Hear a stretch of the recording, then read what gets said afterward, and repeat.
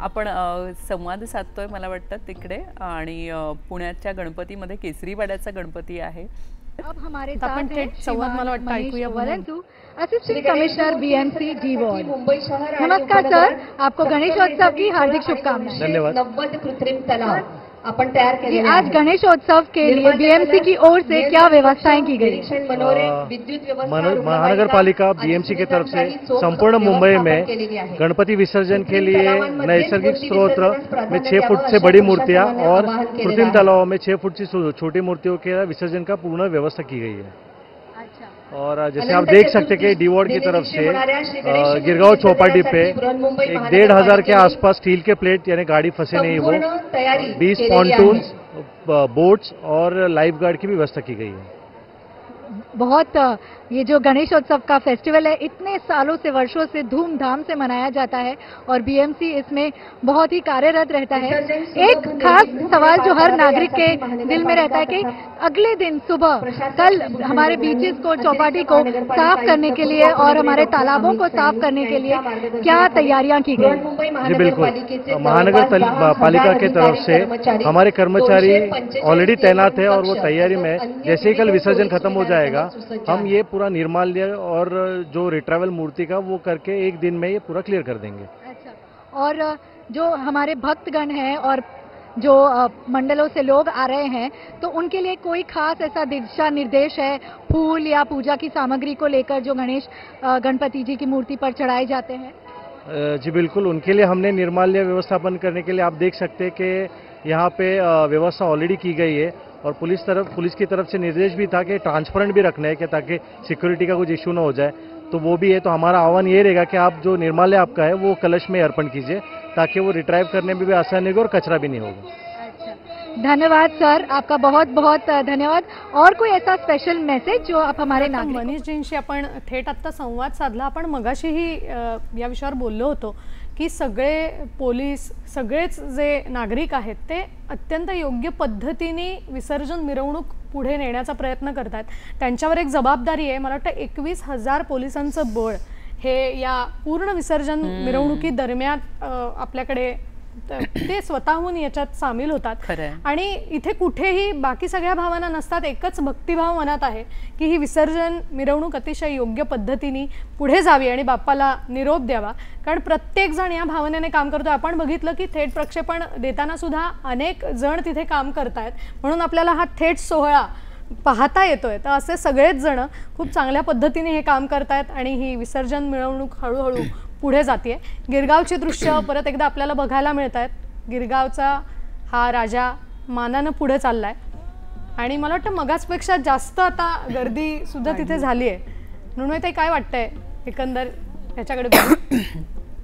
खरंय चैताली की आता गर्दीचं प्रमाण देखील वाढलेलं आहे आणि मला वाटतं ही जी गर्दी आहे ती फक्त गर्दी नाही राहिलेली, ती एक भाविकांचा कुठेतरी देवावरचा जो श्रद्धाभाव आहे तो कुठेतरी आहे। आपण गिरगावचा मुंबई पुढे येतोय, तुमच्या चेहऱ्यावर नकळतपणे हसू आलंय, काय सांगाल? नेहमी असं वाटतं ग की हे आता तू आपल्या सगळ्या पोलीस यंत्रणेचा विचार केलास ते असंच वाटतं की हे सगळे त्यांच्याही घरी सण आहे, त्यांना त्यांचंही कुटुंब आहेच की, पण तरीही ते सगळं बाजूला ठेवून हे एका मोठ्या कुटुंबासाठी ज्या एक्सटेंडेड फॅमिली आपण जो विचार करतो त्यांच्या सुरक्षेसाठी सतर्कपणे अविरत काम करतात आणि त्याच्यामुळे आपले सण आणि समारंभ आणि मिरवणुका साजऱ्या होतात।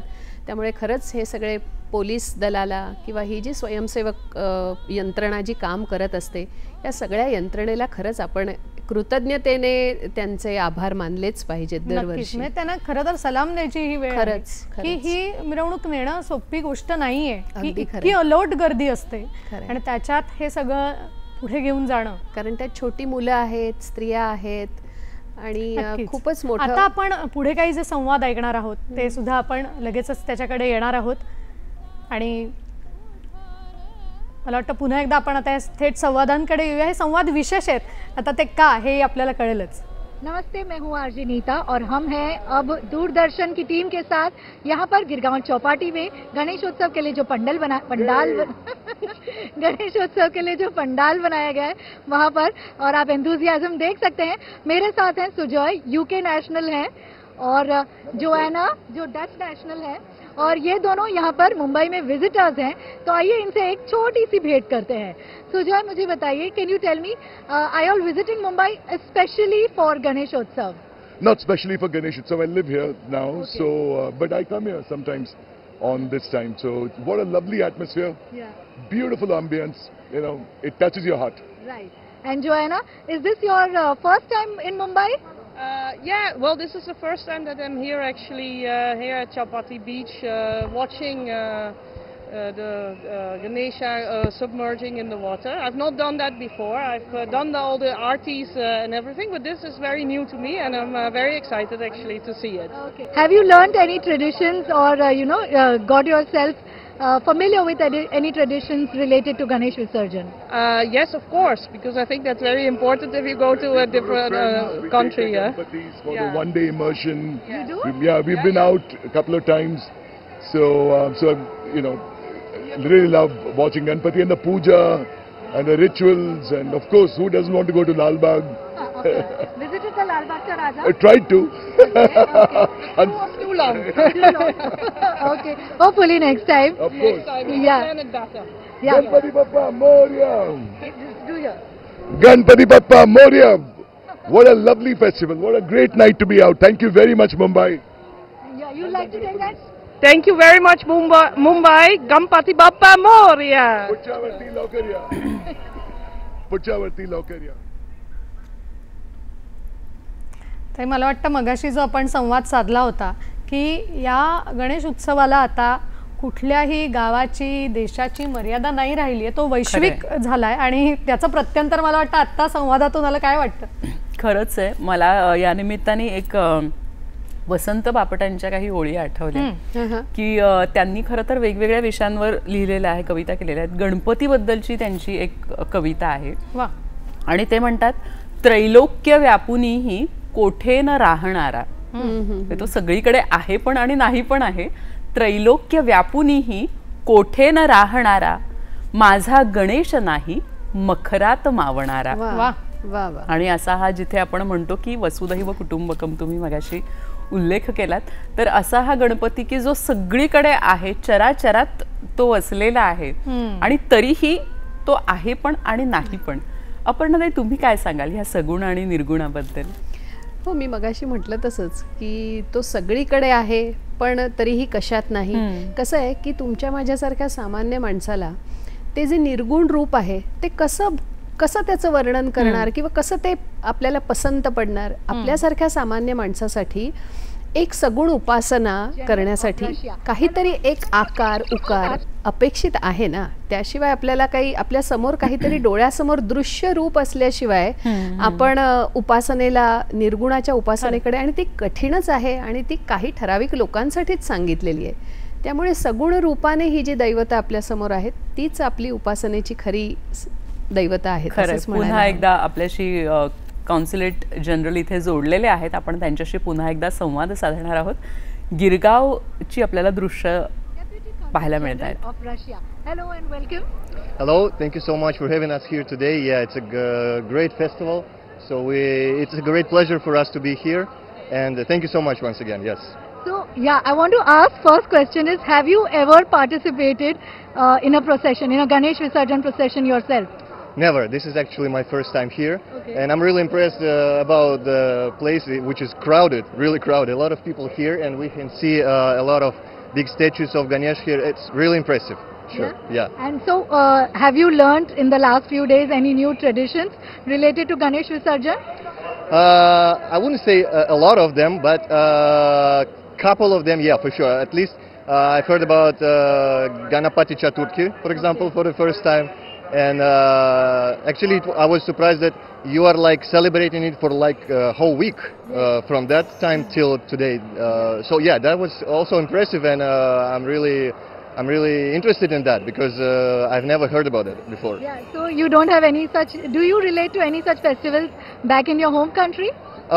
We have a kind of different ones, of course, also religious, but not of this type for sure. Not of this type. Okay. And do you think such festivals, they help in strengthening bonds between two countries? Absolutely, absolutely. So first of all, I would say that a lot of our people from the consulate are here today with us. So there are about more than 20 persons came because they were really interested of what is going to happen. And of course, in Russia, people really they are fond of Indian culture because. म्हणून ताई आत्ताही आपण हा जो संवाद ऐकला किती चांगल्या पद्धतीने हे सगळेजण बोलतायत आणि मुळात त्यांची तिथे असलेली उपस्थिती ही फार आनंददायी गोष्ट आहे की त्यांचं तिथे येणं, विसर्जन मिरवणुकीत सामील होणं. आणि मगाशी सुद्धा आपण हा संवाद साधताना बघत होतो की ज्या पद्धतीने फेटा बांधून हा संवाद दिला गेला, कुठेतरी आपली जी वेशभूषा आहे पारंपरिक तिचं जतन करणं, केशभूषा याचं जतन करणं हे सुद्धा नकळतपणे याच्यात येतं की आपल्याला मिरवणुकीत जायचं आहे, मग कशा पद्धतीने तयार होऊन जायला हवं हे सुद्धा आपल्याला या ठिकाणी मला वाटतं नक्कीच नमूद करण्यासारखी गोष्ट आहे की आपल्या या वेशभूषा, केशभूषा या सगळ्या परंपरांचं सुद्धा जतन या निमित्तानं गणपती विसर्जनाच्या निमित्तानं होतंय. आणि मला वाटतं अपर्णाताई आपण म्हणतो की पुढच्या वर्षी लवकर या, म्हणजे पुन्हा पुन्हा या, तर याच्या मागे काही सूत्र आहे का, काय सांगाल? कसं आहे, वारी, यात्रा आणि याच्याबद्दल काही आणि परिक्रमा या 3 गोष्टी आपल्याकडे सांगितल्यात बघ की परिक्रमा आपण एकदाच करतो की म्हणजे ती नर्मदेची असेल, अनेक जण नंतर जाणारी असतात पण दरवर्षी जाईन असं नसतं, किंवा यात्रा असते ती सुद्धा दरवर्षी जाईन असं नसतं. वारी मात्र प्रत्येक वर्षी पांडुरंगाच्या भेटीला जसा वारकरी जातो तसं मला वाटतं ही गणपतीची एक प्रकारे वारीच आहे दरवर्षीची, पुढच्या वर्षी लवकर या. ही यात्रा किंवा परिक्रमेपेक्षा ही वारीच चालतीये. आणि आता विसर्जन मिरवणुकीत आपल्याला तेच दृश्य बघायला मिळतं की गणपतीचा जय जयकार करत, जसं विठोबाचा, माऊलींचा, तुकारामांचा जय जयकार करत पंढरीकडे लोक जात आहेत, तसं गणपतीचं नाव घेत ही सगळी जण एकत्र जमलेली आहेत. ही एक प्रकारे वारीच आहे, पुन्हा पुन्हा या सांगणारी. आणि या वर्षीच्या वारीची ही दृश्य आहे गणपतीच्या वारीची वारंवारता, त्यामुळे ती होतीये. कुठेतरी मी असं वाचलं होतं की आपलं आयुष्य हे एक सर्कल असतं, एक पूर्ण वर्तुळ असतं, तर ते पुन्हा पुन्हा येण्यासाठी असतं. आपल्याला आपण पुन्हा संवाद साधणार आहोत. आपण दृश्य पाहतोय गिरगावची, आणि गिरगावचे गणपती, वेगवेगळे गणपती आपल्याला दिसत आहेत. आणि आपण पाहतोय की गिरगावच्या गणपतींचा उत्साह आणि वेगवेगळे. मिस लायला Ali, charge affairs, United Arab Emirates, Mumbai. Good evening. Good evening. Nice meeting you. Thank you. So, is this your first time in Mumbai watching this huge Ganesh Visarjan procession? Yes, it is my first time attending Ganesh Visarjan, and I'm enjoying each and every moment. Oh, that's lovely. Would you like to participate, or have you participated in a procession yourself? No, I haven't, but I would love to do that. Yes. And any new traditions that you've learned so far? Ganpati, it is the first one, and there was Holi few months ago. I have attended that also. Okay. It's amazing. Okay, that's lovely. And what do you think about the crowd that's accumulated here today? It is beautiful. It shows how much they love their Ganpati. It shows the love. Okay. Yes. So I'm going to teach you one small tradition, the one that they're all saying, Ganpati Bappa Moria. Ganpati Bappa Moria. We'll do it once again with a little more enthusiasm. क्या बात आहे. जे म्हणून घेतलं ते सुद्धा की तो उत्साह असतो आणि नकळत शब्द तोंडातून उमटतात. गणपती बाप्पा मोरया, पुढच्या वर्षी लवकर या. हे कुठेतरी म्हणत असताना अपर्णा, मगाशी आपण गौरींचा उल्लेख करत होतो, तर तुम्ही खड्याच्या गौरींची खूप छान गोष्ट आम्हाला सांगितलीत की संशोधनानुसार खरं तर त्याच्या मागचं तर्क काय होता हे आम्हाला सांगितलं. पण वेगवेगळ्या ठिकाणी वेगवेगळ्या गौरींची प्रतिष्ठापना केली जाते. तिथे काही ठिकाणी मुखवट्याच्या गौरी असतात. तर ही जी वेगवेगळी रूपं आहेत त्याविषयी अजून काय सांगाल आपण? गौरींच्या वेळेला मी मगाशी म्हटलं तसं की ही माहेरवाशीण म्हणून आलेली आहे ना, मग तिच्या कौतुकाचं सगळं करायचं. मग कधीतरी गाण्याचे कार्यक्रम, कधीतरी फेर धरणं, किंवा हळदी कुंकवाला आजूबाजूच्या सगळ्या सवाष्णींना बोलवायचं.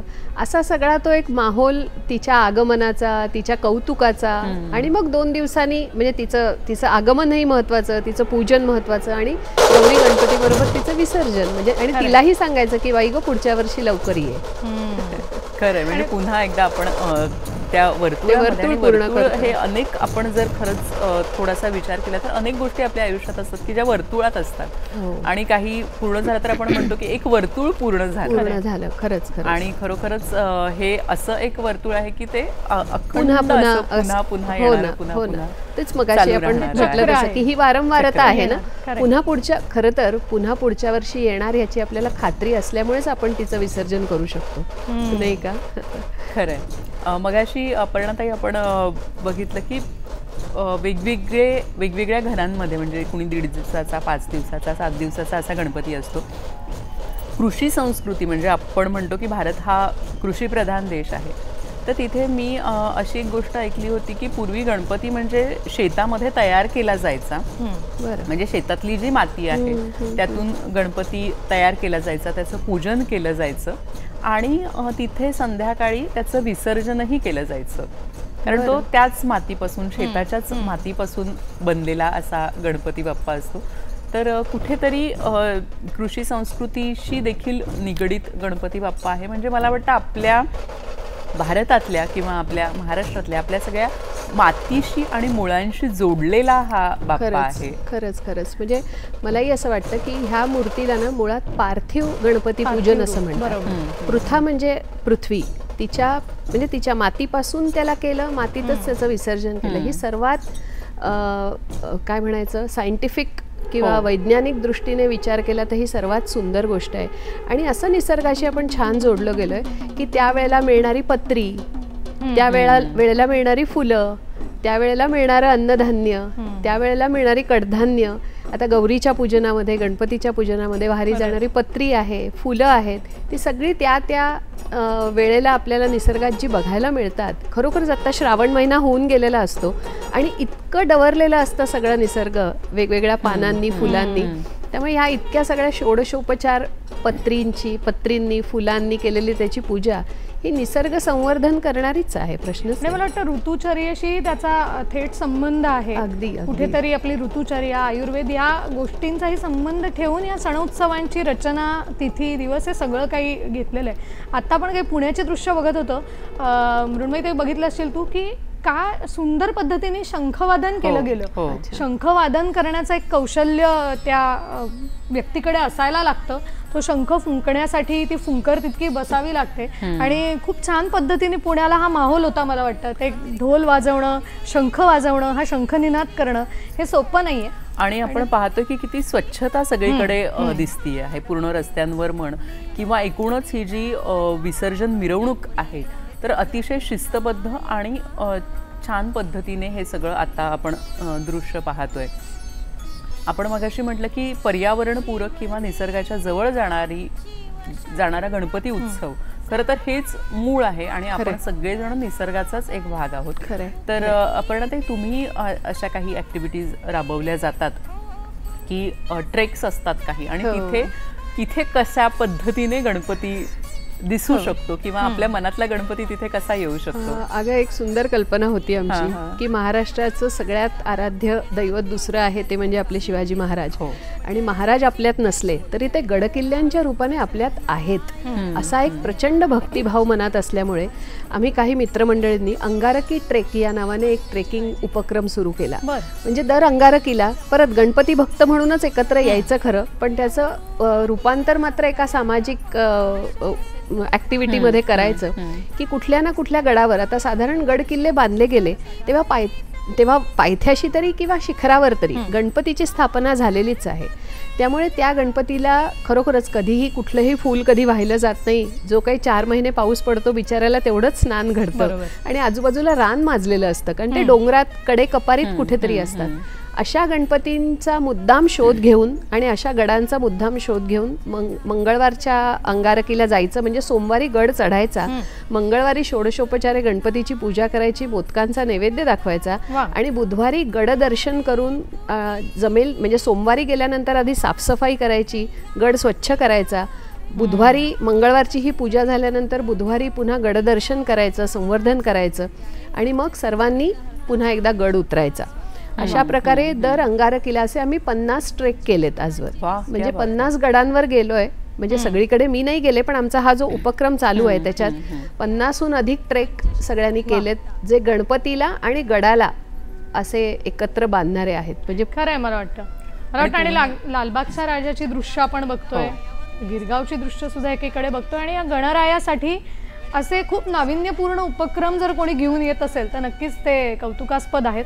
तुम्ही म्हणालात तसं की खरंच एरवी तेरवी या गडावरच्या किल्ल्यांवरती असणाऱ्या गणपतीचं पूजास्थान किंवा तिथली पूजा तितकी होत नाही, पण हा तुमचा उपक्रम अतिशय स्तुत्य आहे. आणि मला वाटतं युनेस्कोने सुद्धा जागतिक वारसा स्थळांमध्ये आपले किल्ले समाविष्ट केले, ती आपल्यासाठी अभिमानाची गोष्ट आहे. आणि त्याच्यात हे गणपतीचं मंदिर, त्याची साफसफाई किंवा हे त्याची निगा राखणं हे सुद्धा तितकंच महत्वाचं आहे. म्हणजे नुसतं महाराजांचं नाव घेऊन भागत नाही ना, ह्या गड किल्ल्यांचं आता 300 वर्ष होऊन गेलेत. आपल्यासारख्यांनी तर त्याचं संवर्धनाकडे लक्ष दिलं पाहिजे, त्याच्या स्वच्छतेकडे लक्ष दिलं पाहिजे याचं. आणि मग ते त्याला जोडलं पुन्हा एकदा की धार्मिक कारण, चला गणपती तर सगळीकडे आहे, मग अंगारकीच्या निमित्ताने जाऊ गडावरती आणि गड संवर्धन करू. वा वा, छानच. आपण पुन्हा पाहतोय दृश्य मुंबईची, आणि ढोल ताशा आपण पाहतोय, गुलाल सगळीकडे उधळलेला पाहतोय, गणपती बाप्पाची वेगवेगळी रूपं पाहतोय. कधी उभे गणपती असतात, कधी बसलेले गणपती असतात. आपण ज्या काही भेटवस्तू गणपती म्हणून देत असतो तर तिथे अपर्णाताई काही असे छान पहुडलेले देखील गणपती आपल्याला पाहायला मिळतात. तर गणपतीची खूप वेगवेगळी रूपं असतात. गणपती वेगवेगळी वाद्य वाजवताना आपल्याला गणपती दिसतं, आणि ते देखील फार असं विलोभनीय रूप असतं. काही बाल गणेश असतात, ते देखील फार एक गोड रूप आपल्याला गणपतीचं दिसतं. असे वेगवेगळी रूपं आणि आपण पाहतोय की गणपतीची दृश्य आपल्याला दिसत आहेत. मुंबईहून लालबागचा गणपती आपण बघतोय, गिरगावचा एक दुसरं दृश्य पाहतोय, आणि आताही गणपतीची वेगवेगळी रूपं, वेगवेगळे रंग ल्यालेला हा गणपती किती मनमोहक आहे आणि किती त्याच्यातून भक्तिरस सगळ्या भक्तांमधून ओसंडून वाहत चाललाय हे देखील आपण बघतोय. वेगवेगळी दृश्य पाहत असताना, गणपतीची वेगवेगळी रूपं पाहत असताना, त्या उत्साहामध्ये, त्या उत्सवामध्ये सामील झालेली ही सगळी मंडळी आपण पाहतोय. मग तिथे झेंडे असू देत, ढोल ताशा असू देत, ज्यांच्या हातामध्ये काही नाहीये ते छान नाचताना दिसत आहेत. प्रत्येक जण आपापल्या परीने अगदी मिरवणूक सजवता येईल तितके, जितके त्याला रंग चढवता येतील आणखीन सुंदर असा प्रयत्न करताना दिसतोय. खरंय खरंय चैताली. आणि खरंच ही सगळी दृश्य पाहताना एक एकत्रपणाची भावना येते. आपण पाहतोय की खिडकीतून छान एक छोटा मुलगा, छोटी मुलं तिथे दृश्य पाहतायत, आणि खिडकीतून ही दृश्य पाहणं हा देखील एक खूप छान सोहळा होऊ शकतो. म्हणजे आपल्या घराची खिडकी, त्याच्यातून संपूर्ण विश्व जणू आपल्याला दिसतंय. तर तशा पद्धतीची ही काही दृश्य आता आपण पाहतोय. गिरगावहून, लालबागहून आपण ही दृश्य आपल्याला दिसत आहेत. मोठा जनसमुदाय आपल्याला दिसतोय, वेगवेगळ्या वयाचे लोक तिथे आलेले दिसत आहेत, आणि अतिशय उत्साहामध्ये ही सगळी मिरवणूक, हे सगळं विसर्जनाचा सोहळा इथं सुरू आहे. आणि मला वाटतं सोहळा सुरू असताना आणखीन एक मोठी महत्त्वाची गोष्ट अशी असते की अगदी सारख्या वेळेला 3 ते 4 जवळजवळची पथकं ढोल वाजनाचे कार्यक्रम करत असतात, पण त्यांचा जो लीडर आहे तो या पद्धतीने कमांड देतो की प्रत्येकाचं स्वतंत्र वादन हे आपल्याला ऐकू येतं. हे फार मोठं वैशिष्ट्य आहे. लालबागच्या राजाचे दृश्य बघतोय किंवा इतर ठिकाणी सुद्धा बघा, ज्यांना जसं जमतंय त्या पद्धतीने हा सोहळा पुढे नेतोय. म्हणून मगाशी तू आत्ता उल्लेख केलास की एकत्र येण्याचा, कोकणामध्ये ज्या पद्धतीने लोक एकत्र येतात, दशावतारी खेळांचा उल्लेख मला अवश्य करावासा वाटतो.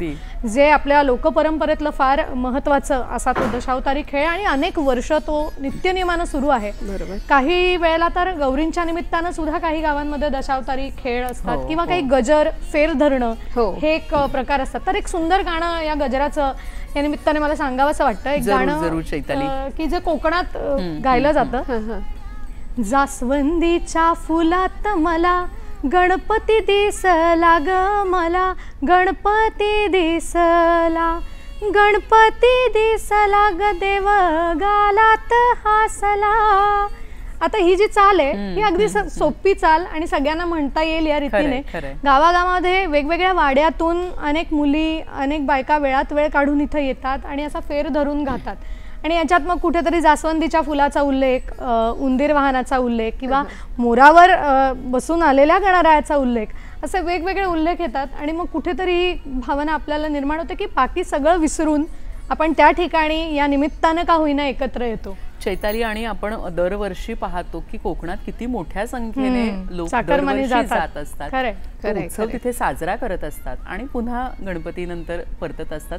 वेगवेगळ्या गावांमध्ये, म्हणजे महाराष्ट्राच्याच वेगवेगळ्या भागांमध्ये, अगदी आदिवासी पाड्यांमध्ये देखील त्या त्या भागातली संस्कृती जपली जाते आणि त्या त्या भागातले शब्द, त्या त्या भागातली संस्कृती ही त्या गाण्यांमधून, आरत्यांमधून किती ओघाने येत असते ना. आणि खरोखरच मला वाटतं सगळ्या कलाकारांसाठी देखील गणपती उत्सव हा इतका मोठा असतो की आज आपण जर ऐकलं ना तर अनेक कलाकारांची सुरुवात, म्हणजे कला आपली सादर करण्याची सुरुवात ही गणपती उत्सवात झालेली आहे. बरोबर.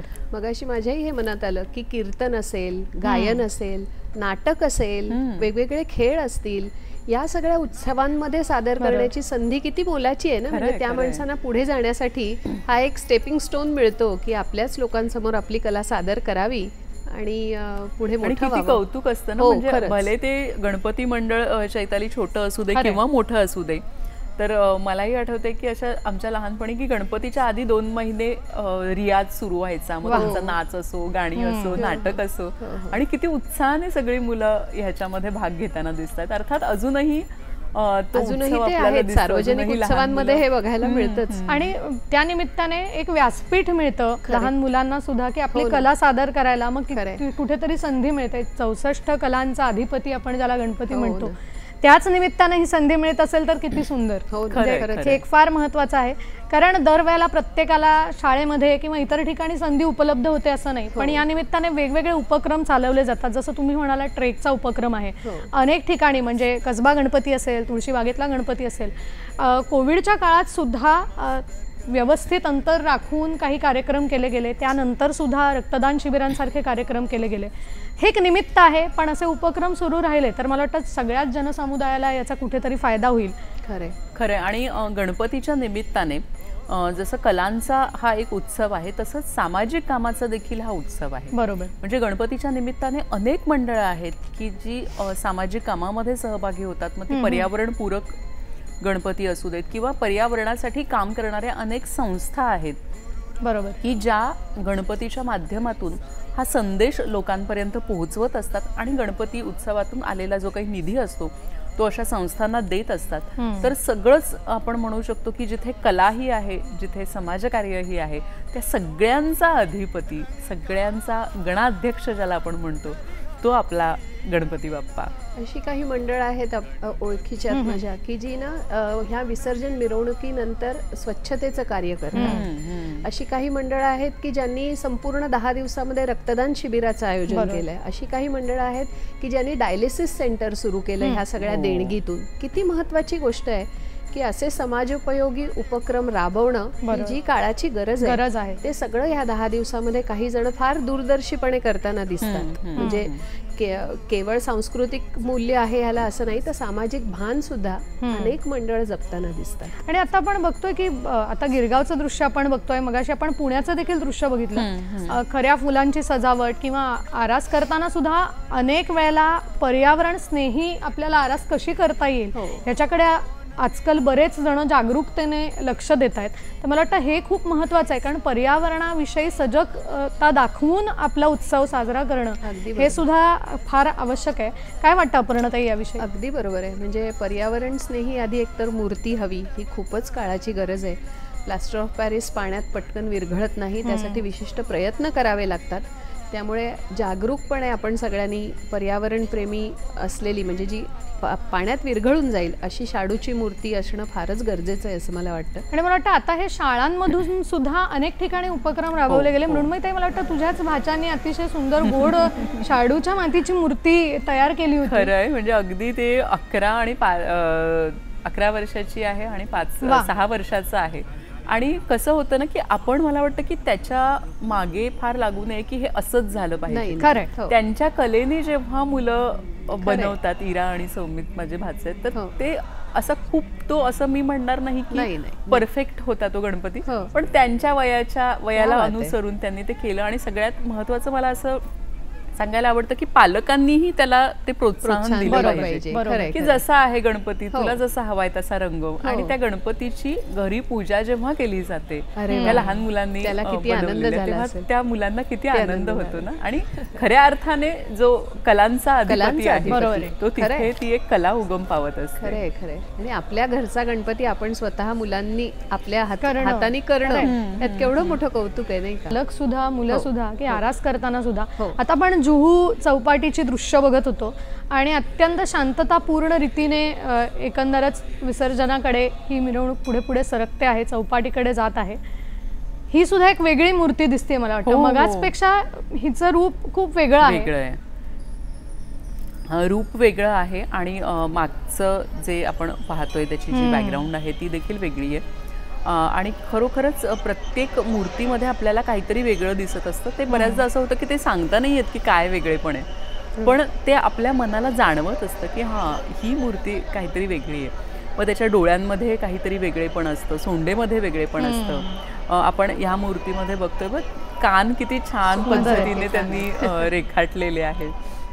आणि गणपती बाप्पाच्या मूर्तीमध्ये ना अशी कलाकुसर करायला खरं तर केवढा वाव असतो ना. म्हणजे उभा गणपती, बसलेला गणपती, आपण पाहतोय की नृत्य करणारा गणपती. मगाशी आपण चैताली पाहिलं की शंकराच्या जटाधारी गणपती आपण पाहिला. तर अशी वेगवेगळी रूपं आणि ती सगळीच मोहक रूपं असतात. प्रत्येक गणपती हा आपल्याला काहीतरी सांगत असतो, त्याच्या डोळ्यातून असं एक भास होतो. खरंय. आणि गणपती बाप्पाचं असं आहे की खरंच तो एकाही भक्ताची उपेक्षा होऊ देत नाही. आणि याचं फार महत्त्वाचं उदाहरण आहे की बल्लाळेश्वर जे अष्टविनायकातलं एक देवस्थान आहे, तर ती बल्लाळेश्वराची गोष्ट किती छान आहे की बल्लाळ नावाचा तो मुलगा शंकर शेठचा जो अगदी लहानपणापासून या गणपतीच्या पूजनात सहभागी होतो. पण कोणीतरी येऊन सांगतं की तुमच्या बल्लाळामुळे माझी मुलं बिघडली आणि त्यावेळेला ते शंकर शेठ खूप वैतागतात आणि सोटा घेऊन ते आपल्या मुलाकडे बल्लाळाकडे धावतात. तो अगदी अरण्यामध्ये छान ती मूर्ती गणपतीची घेऊन तयार करत असतो, त्याची पूजा करत असतो. आणि हे बघून सोटा हातात घेऊन आलेले वडील बघून इतर मुलं पळून जातात, पण बल्लाळ मात्र तिथून उठत नाही आणि तो तीच पूजा करत राहतो. तर त्यावेळेला ते अक्षरशः त्याला सोट्याने झोडपून काढतात. बल्लाळ बेशुद्ध होऊन पडतो आणि जेव्हा त्याला जाग येते तेव्हा तो गणपतीचा धावा करतो. गणपती त्याच्यासाठी तिथे प्रत्यक्ष उपस्थित होतो आणि त्यावेळेला फार महत्त्वाचं असं की तो गणरायाला सांगतो की माझी इच्छा आहे की आपण इथेच कायमचा निवास करावा. तेव्हा या भक्ताची उपेक्षा न होऊ देता असा हा विघ्नहर्ता एका शिळेमध्ये अंतर्धान पावतो आणि ते हे ठिकाण बल्लाळेश्वर नावाने प्रसिद्ध आहे. मला वाटतं भक्ताच्या नावानं ओळखलं जाणारं असं हे अष्टविनायकातलं देवस्थान खरं. आणि गणपती बाप्पाचं आणि भक्ताचं स्थान, भक्ताचं नातं किती असू शकतं छान. तर त्याची आणखी एक गोष्ट अपर्णाताई मी वाचलेली आहे ती म्हणजे आपण गणपती बाप्पा मोरया म्हणतो. तर मोरया म्हणताना मोरया गोसावी नावाचे एक भक्त जे मला वाटतं 14व्या शतकात, त्यांचं मूळ ते कर्नाटकातले शाळीग्राम आणि ते आले चिंचवडमध्ये येऊन आजही तिथे मोरया गोसावींचं मंदिर आहे. आणि एका भक्ताचा आणि देवाचं किती अतूट नातं असू शकतं की गणपती बाप्पा म्हटलं की मोरया हे कुणाच्याही आपल्या तोंडातून बाहेर निघतंच. म्हणजे ना हे आपल्या सगळ्या विचारवंतांनी जो अद्वैत सांगितलाय देवभक्ताचं, भक्त, भक्ती त्याची आणि देव या त्रिपुटीच नष्ट होते आणि देवच भक्त होऊन जातो. त्यांच्यातलं अद्वैत निर्माण होतं त्या दोघांमध्ये. आपण कधीही गणपती बाप्पा नुसतं म्हणत नाही, मोरया त्याच्यात येतो. आणि त्यामुळे देवाचं आणि भक्ताचं इतकं संघटन हे अन्यत्र कुठे बघायलाही मिळणार नाही. इतका तो मोरया गोसावी आणि देवाचा संबंध, अद्वैताचा संबंध आहे. खरंय. मला वाटतं म्हणूनच एक गणपती बाप्पा हे ऊर्जास्थान आहे अगदी असं म्हणायला हरकत नाही. कारण ती ऊर्जा, ती प्रेरणा, ते चैतन्य, तो उत्साह हे सगळंच या निमित्तानं आपल्याला बघायला मिळतंय वेगवेगळ्या दृश्यांच्या माध्यमातून. अपर्णाताई काय वाटतं की एक ऊर्जास्थान म्हणून या रूपाकडे आपण बघताना कोणती विधायक कामं हाती घेणं हे पण आवश्यक आहे असं आपल्याला वाटतं? काय आहे की या सगळ्या ह्याच्यामध्ये आपण खूप मोठ्या जनसंख्येने एकत्र येतोय. आरती म्हणायची असली तरी एक 50 जण असू, ही यात्रा तर खूपच मोठ्या संख्येने एकत्र आलेली आहे. मला नेहमी काय वाटतं माहिती का की हे एकत्र येणं आहे ना, ह्याच्यामध्ये खूप मोठी ऊर्जा सामावली. कसं की समजा सूर्याचे किरण सूर्यापासून पृथ्वीपर्यंत येत आहेत, विचार कर की मध्ये बहिर्वक्र भिंग धरलं तर ते एकत्रितपणे येतात आणि पलीकडे जर का कागद धरला तर तो कागद जळू शकतो. एकत्र आलेल्या भिंगात न आलेले जे सूर्यकिरण आहेत ते एका ठिकाणी एकवटतात आणि त्याच्यात ऊर्जा निर्माण होते. तसं जो एक एक किरण येतोय त्याच्याकडे मात्र ही ऊर्जा नाहीये, एकत्र आल्यामुळे ऊर्जा निर्माण झाली. तसं हे जे एकत्र येणं आहे ते ऊर्जेची निर्मिती करणारं आहे. फक्त ती विधायक कामांकडे, म्हणजे मी मगाशी म्हटलं तसं की 10 दिवसांमध्ये समाजोपयोगी उपक्रम राबवणं किंवा आता ही जी प्रदूषणासारखी वेगळ्या गोष्टीकडे आपला उत्सव जातोय त्याच्यावरती साधक बाधकपणे विचार करून एकत्रितपणे निर्णय घेणं हे फार गरजेचं आहे. कारण ध्वनीचं प्रदूषण आहे किंवा प्रकाश ज्या पद्धतीने इथे मोठ्या प्रमाणावर ते सोडले जातात त्यामुळे डोळ्यांना होणारं प्रदूषण आहे. या सगळ्याचा विचारसुद्धा कारण एका माणसाचं काम नाही आहे ना हे. हे सगळं एकत्रितपणे येऊन विचार करण्याचं काम आहे. त्यामुळे समाजोपयोगी ज्या गोष्टी आहेत त्याच्याकडे सकारात्मक दृष्टीने बघायला पाहिजे सगळ्याच उत्सव मंडळांनी, असं मला वाटतं. नक्कीच. आणि मला वाटतं गिरगावची दृश्य एकीकडे आपण बघतोय आणि कुठेतरी आता लोकसमुदाय सुद्धा या दृष्टिकोनातून विचार करायला लागलाय. खरंय चैताली. आणि आपण पाहतोय की ही मोठे मोठे हे गणपती उत्सव आपण पाहतोय, हे मुंबईचे पाहतोय, पुण्याचे पाहतोय किंवा वेगवेगळ्या शहरातले मगाशी आपण पाहिले की नागपूरचे पाहतोय. अनेक छोटी गावं आहेत की जिथे गणपती उत्सव तितक्याच उत्साहाने साजरा केला जातो आणि एक गाव एक गणपती बरोबर अशी ही संकल्पना आता उदयाला येते. म्हणजे खरं तर ही संकल्पना नवीन आहे असा अजिबातच भाग नाही, पण पूर्वीच्या काळी तसंच होतं की एका गावात एक गणपती असायचा आणि आता पुन्हा ती संकल्पना नव्याने उदयाला येते आहे. कारण सगळी गावातली मंडळी एका ठिकाणी एकत्र येणं, पुन्हा एकत्र येणं, अपर्णाताई तुम्ही म्हणालात तसं की जे खूप महत्त्वाचं आहे आणि त्या एकत्र येण्यातलीच खरं तर ही ऊर्जा आहे आणि जी पुन्हा आपल्याला ती वर्षभर पुरणारी अशी ही ऊर्जा असते. आज आपण गणपती बाप्पाला निरोपाचा क्षण आहे, पण तो निरोप देताना देखील पुढच्या वर्षी लवकर या ही आशा आहे. आणि म्हणूनच आपण पाहतोय काही घरगुती गणपती आहेत. ठाण्याची दृश्य आपण पाहतोय घरगुती गणपतींची आहेत जिथे तलावात जाऊन गणपतींचं विसर्जन आपल्याला होताना दिसतंय. बोटीच्या आत जाऊन तलावाच्या मध्यभागी जाऊन ठाणे हे तलावांचं शहर आहे असं आपण म्हणतो की, आणि तिथे तलावांमध्ये गणपती विसर्जन होताना दिसतंय. त्याचप्रमाणे पर्यावरण चांगलं राहण्यासाठी वेगवेगळ्या गृहसंकुलांमध्ये आपण पाहतोय की छोटे तलाव असतात किंवा कृत्रिम तलाव, कृत्रिम हौद तयार केलेले असतात. तर त्याचाही हल्ली नागरिक लाभ घेताना आपल्याला दिसत आहेत. आणि इथे सुद्धा फार महत्त्वाची गोष्ट की एकीकडे व्यवस्थित निर्माल्य संकलन केलं जातं आणि त्यानंतरच व्यवस्थितपणे आपण बाप्पाची मूर्ती ही विसर्जनासाठी पुढे आणतो. म्हणजे त्यात एक सुसूत्रता सुद्धा राखली जाते. म्हणजे याचं भान नागरिकांना सुद्धा आहे फार महत्त्वाचं. आणि त्यावेळेला आपले जे कर्मचारी सातत्यानं काम करतात, एक निर्माल्य संकलनाचं काम असेल किंवा कृत्रिम तलावांमध्ये विसर्जन करणं असेल, आणि आपल्याला बघायला मिळतं की रांगेत उभं राहून व्यवस्थितरित्या हे विसर्जन केलं जातं. आत्ताही आपण ही दृश्य बघतोय की शांतपणे व्यवस्थितरित्या एक एक मूर्ती पुढे येऊन तिचं जे विसर्जन आहे ते केलं जात आहे. गिरगाव चौपाटी ही तर इतकी गजबजलेली असते आजच्या दिवशी, पण इतकी सुंदर व्यवस्था आहे की घरगुती जे छोटे गणपती आहेत त्यांच्यासाठी वेगळा भाग केलेला आहे आणि मोठ्या गणपतींच्या गाड्या वेगळ्या भागात आहेत. त्यामुळे कुठेही ही गैरसोय होत नाही. शासन आणि सगळीच ही यंत्रणा ही फार उत्तम प्रकारे गिरगाव चौपाटीवरचं हे विसर्जन सगळं मॅनेज करत असते. खरंच म्हणजे आपण जसा काळ बदलतो तसं उत्साहाचं आणि उत्सवाचं स्वरूप देखील बदलतं आणि त्याप्रमाणे वेगवेगळी यंत्रणा ही शासनामार्फत राबवली जाते आणि त्याचा नागरिक देखील व्यवस्थित त्याचं पालन करताना आपल्याला दिसत आहेत.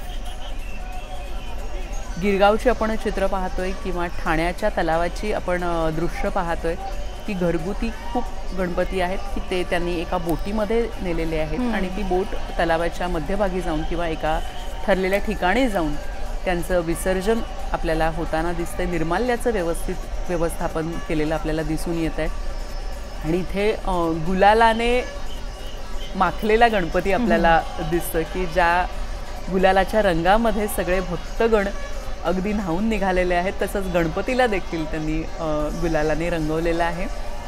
त्याच्या शेजारी आपल्याला ठाण्याचे गणपती दिसतोय. तराफ्यावरती जे छोटे गणपती घरगुती घेऊन गेलेले आपण बघितले, किती शिस्तीने त्याचं विसर्जन करतायत. म्हणजे घरच्या मंडळींना त्याचं काही वाटणार नाही असं की आपण गणपती आपला दुसऱ्या कुणाच्या तरी हातात दिलाय विसर्जनाकरता.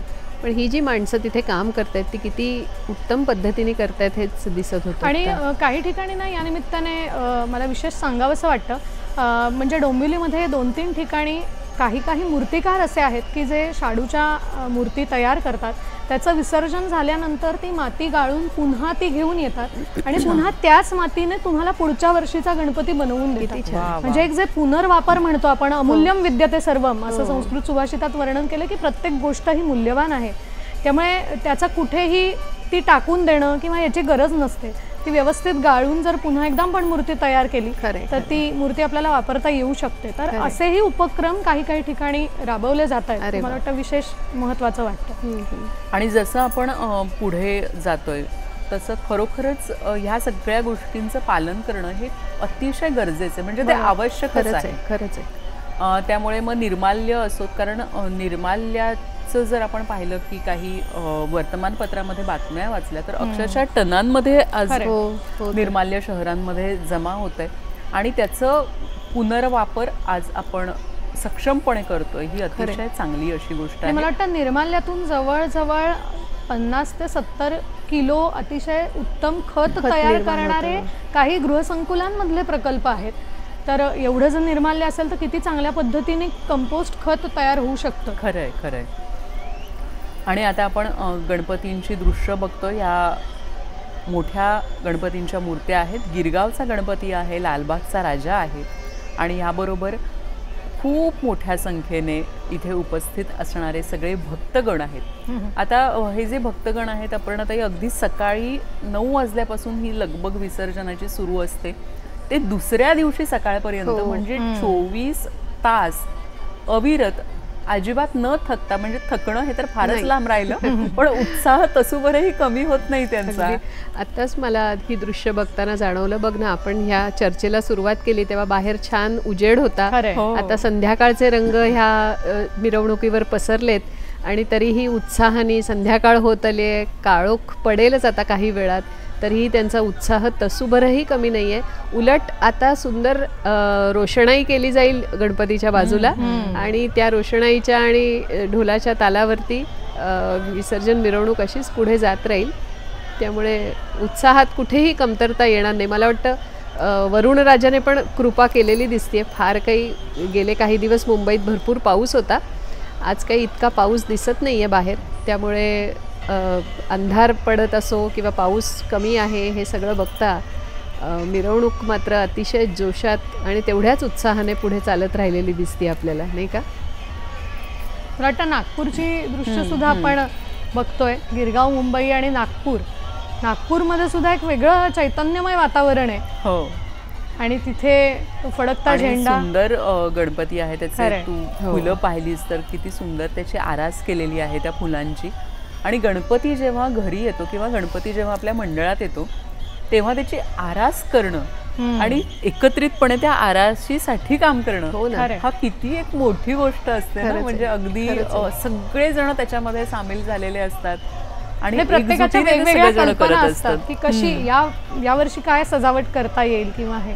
आपण गणपतीच्या बरोबर, पूजेबरोबर, आरती बरोबर आपण उत्तर पूजा सुद्धा करतो. तर त्याचं काय महत्त्व आहे असं वाटतं? उत्तर पूजेला महत्त्व असंच की ही पार्थिव मूर्ती आहे. ती वर्षभर ठेवायची देवघरात अशी मूर्ती नाही जशी आपल्या घरात असते तशी. त्यामुळे योग्य वेळी तिचं विसर्जन होणं, तिच्यामध्ये जे चैतन्य पहिल्या पूजेच्या वेळेला, प्रतिष्ठापनेच्या वेळेला जे ठेवलेलं आहे त्याचा लय करणं हे महत्त्वाचं.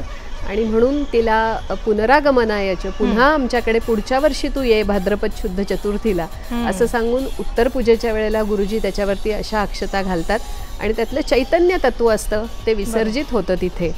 आणि कारण ही पूर्ण वर्षभराची मूर्ती नाही ना, ही फक्त 10 दिवस, 5 दिवस, 1.5 दिवस जे काही आपल्या परंपरेने चालत आलंय तशी ती मूर्ती आहे. त्यामुळे पार्थिवाचं विसर्जन पुन्हा मातीत होऊन जातं, पाण्यात. किती हे संस्कार आहेत बारीक सारीक, जे धार्मिक संस्कार म्हणता येतील तेही जपत हा आगमन सोहळा आपण बघतोय. आणि इतकं सुंदर हे विसर्जनाचा सोहळा सुरू आहे रंगतदार पद्धतीने. आणि ह्या सगळ्या सोहळ्यामध्ये जसं तुम्ही म्हणालात की आपण छान उत्सव करतो, सगळं करतो, म्हणजे अगदी गोडधोड करतो, वेगवेगळे पदार्थ करतो, आपली ही हाऊस भागवून घेतो गणपतीच्या निमित्ताने.